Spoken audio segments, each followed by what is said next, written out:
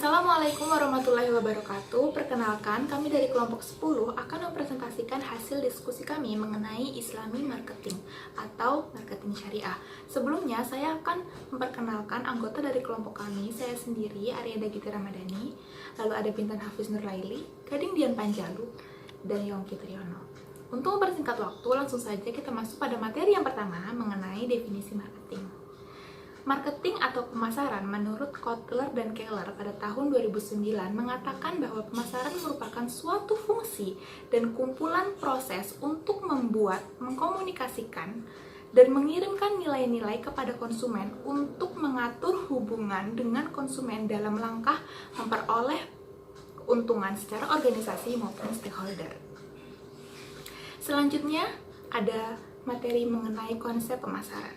Konsep pemasaran menurut Ciptono tahun 2008 mengatakan bahwa kunci untuk mewujudkan organisasi terletak pada kemampuan organisasi dalam menciptakan, memberikan, dan mengkomunikasikan nilai pelanggan kepada pasar sasarannya secara lebih efektif dibandingkan pada pesaing.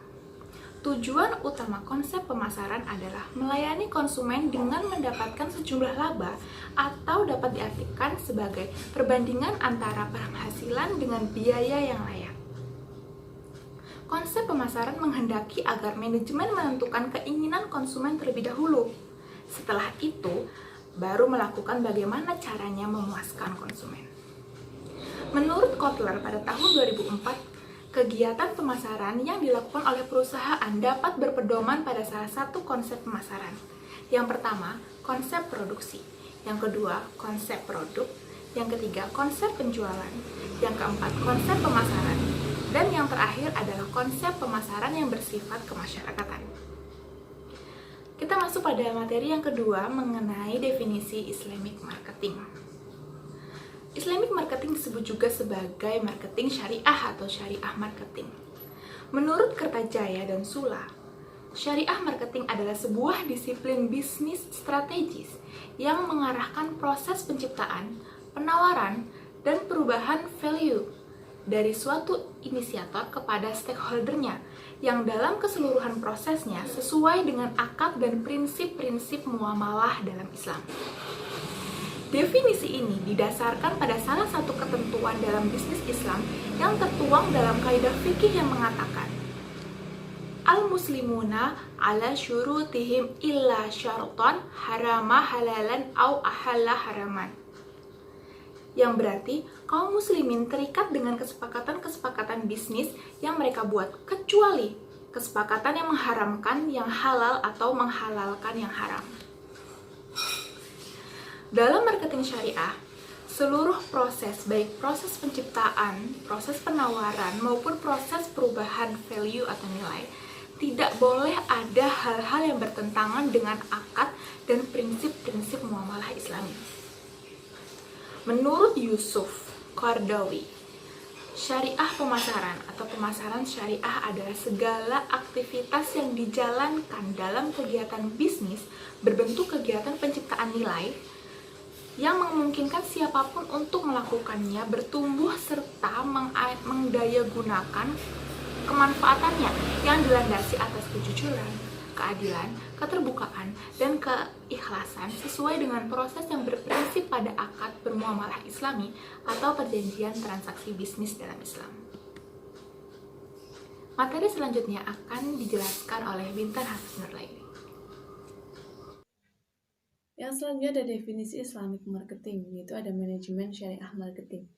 Manajemen dari sudut syariah telah dikemukakan oleh Ahmad Ibrahim Ibnu Abu Sain dalam bukunya yaitu Al-Idarah fi Al-Islam. Ia mengatakan bahwa standar manajemen syariah memiliki 4 fungsi standar, yaitu yang pertama ada perencanaan atau planning, yang kedua pengorganisasian atau organizing, yang ketiga ada pengawasan atau controlling, yang ketiga ada pengarahan atau actuating.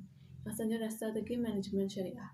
Menurut Tori Gunara dan Utus Hadiono, strategi marketing syariah terbagi menjadi 3 paradigma, yaitu yang pertama ada syariah marketing, strategi untuk memenangkan mindset. Yang kedua ada syariah marketing taktik untuk memenangkan market share.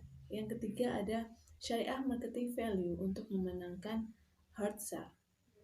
Yang selanjutnya ada strategi marketing yang dilakukan oleh Rasulullah, terdiri dari 4 segmen, yaitu yang pertama ada segmen geografis, yang kedua ada segmen demografis, yang ketiga ada segmentasi psikografi, yang keempat ada segmentasi perilaku Nabi Muhammad SAW. Yang selanjutnya ada prinsip-prinsip marketing syariah. Dalam bukunya, Hermawan Kertajaya dan Sakir Sula mengatakan bahwa untuk mengkonsep sebuah marketing syariah memerlukan prinsip-prinsip syariah. Menurut mereka ada 17 prinsip marketing syariah. 3 diantaranya yaitu ada information technology allow us to be transparent. Yang kedua ada be respectful to your competitor. Yang ketiga ada the emergency of customer global paradox. Yang selanjutnya ada karakteristik syariah marketing, yaitu bersifat ketuhanan atau rabbaniyah, yaitu kita harus selalu mengingat Allah Tuhan kita. Yang kedua ada etis atau akhlakiyah. Yang ketiga ada realistis atau al-waqiyah. Yang keempat adalah humanistis atau insaniyah. Selanjutnya ada implementasi marketing syariah model Rasulullah SAW. Yang pertama adalah berbisnis cara Nabi Muhammad SAW. Beliau melakukan transaksi secara jujur, adil, dan tanggung jawab, tidak membuat pelanggaran kepada pelanggan sehingga tidak mengeluh apalagi kecewa. Yang kedua adalah Muhammad sebagai syariah marketer. Muhammad telah menunjukkan cara berbisnis yang tepat berpegang pada kebenaran. Muhammad sebagai pedagang profesional, yaitu beliau selalu melihatkan rasa tanggung jawab dan integritas yang tinggi. Yang keempat ada Muhammad menghindari bisnis haram, jadi dia memperjualbelikan barang-barang yang sesuai dengan syariat Islam yang terdapat di Al-Quran. Yang kelima ada Muhammad sebagai wirausahawan sejati. Beliau membuktikan bahwa dengan bermodalkan kejujuran dan integritas yang baik itu cukup untuk seseorang menjadi wirausaha. Yang selanjutnya adalah Muhammad dengan penghasilan halal. Jadi Muhammad itu melakukan jual beli yang sesuai dengan syariat Islam sehingga dia dapat mendapatkan penghasilan yang halal. Terima kasih. Selanjutnya akan dibacakan atau sedikit dijelaskan oleh saya, Gading dan Bandaru. Contoh marketing Islami. Yang pertama dilihat dari segi bentuk. Produk yang Islami adalah produk yang telah teruji dan lolos uji kehalalannya menurut syarat. Contoh seperti produk pangan daging. Seperti yang dijelaskan sebelumnya, proses penyembelihan hewan untuk pengambilan daging harus sesuai dengan syariat Islam. Yang kedua, dilihat dari segi harga. Dalam Islam tidak ada aturan atau patokan harga yang harus ditetapkan, karena dalam Islam harga itu merupakan sunatullah. Para ulama seperti Ibnu Taimiyah berpendapat bahwa harga merupakan atau terbentuk dari kekuatan pasar. Nabi Muhammad SAW pernah menjual anak panah dan pelana dengan harga yang lebih tinggi, dan itu sah-sah saja karena seorang pedagang atau perusahaan menetapkan harga atau memiliki hak menetapkan harga. Namun Islam melarang penetapan harga yang merugikan orang lain, karena Islam melarang segala kegiatan kezaliman dan mengedepankan kemaslahatan. Yang ketiga dilihat dari segi promosi. Dalam hal muamalah, Islam membebaskan setiap muslim untuk melakukan muamalah selama tidak dilarang oleh syariat. Dalam hal promosi, Islam membebaskan segala jenis promosi asalkan sesuai dengan tuntutan Islam. Seringkali dalam kegiatan kegiatan penjualan menggunakan sumpah dalam promosi itu dilarang dalam Islam.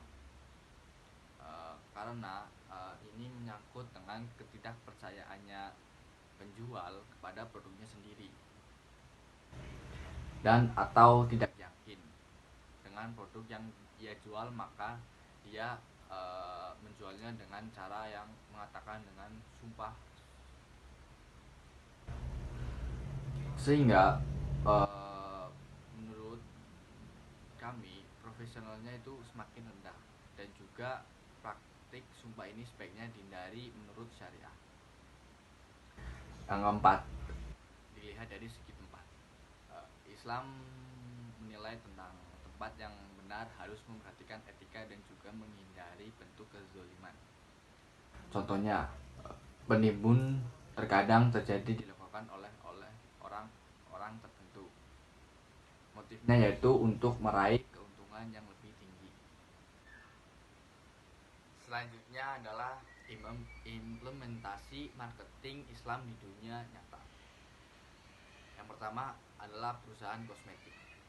Sebagai perempuan, kosmetik adalah menjadi salah satu barang yang dibutuhkan untuk berhias atau mempercantik diri.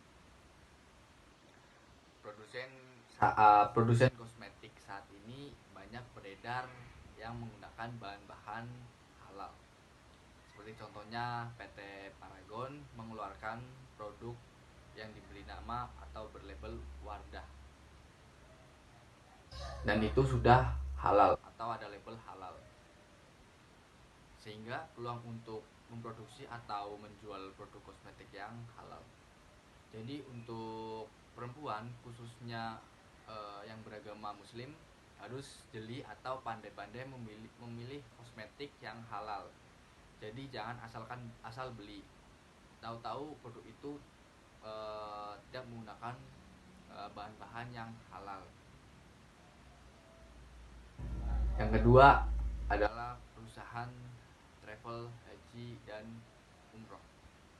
Haji adalah rukun Islam yang terakhir dan wajib dilaksanakan bagi seluruh umat muslim yang mampu. Yang ketiga adalah koperasi syariah.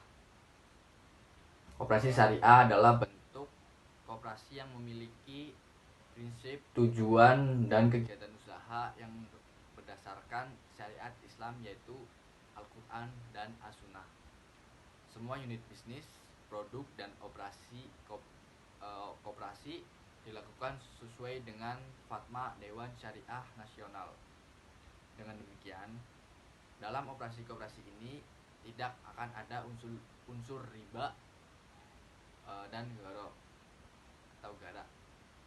Tujuan koperasi syariah adalah untuk membantu meningkatkan anggotanya serta mensejahterakan masyarakat pada umumnya, serta untuk mengembangkan ekonomi Indonesia sesuai dengan prinsip-prinsip syariah.